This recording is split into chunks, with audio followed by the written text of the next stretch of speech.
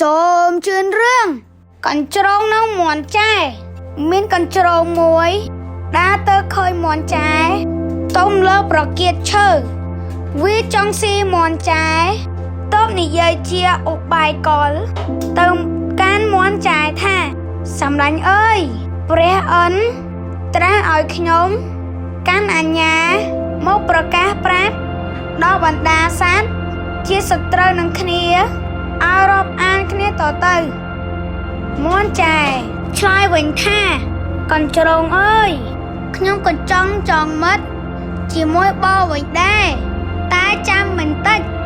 នៅមានបងសុណក់មួយទៀតនិយាយហើយមាន់ចែធ្វើជាងាក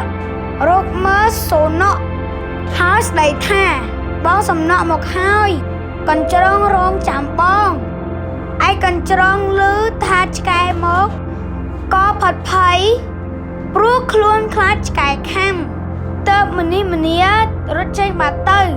មាន់ចែរត់តែបងអៅបងកញ្ជ្រងកុំអាទៅបងសុណាក់មកដល់ហើយកញ្ជ្រងមិនត្រឹមតែមិនតបហើយក៏ចូលព្រៃលេងបកក្រោយគំនិតអប់រំមួយត្រូវប្រយ័ត្នខ្លួនឲ្យជាប្រចាំ2មិនត្រូវជឿមនុស្សដែលធ្លាប់ក្បត់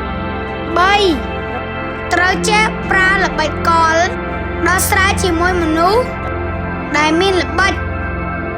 សូមអរគុណ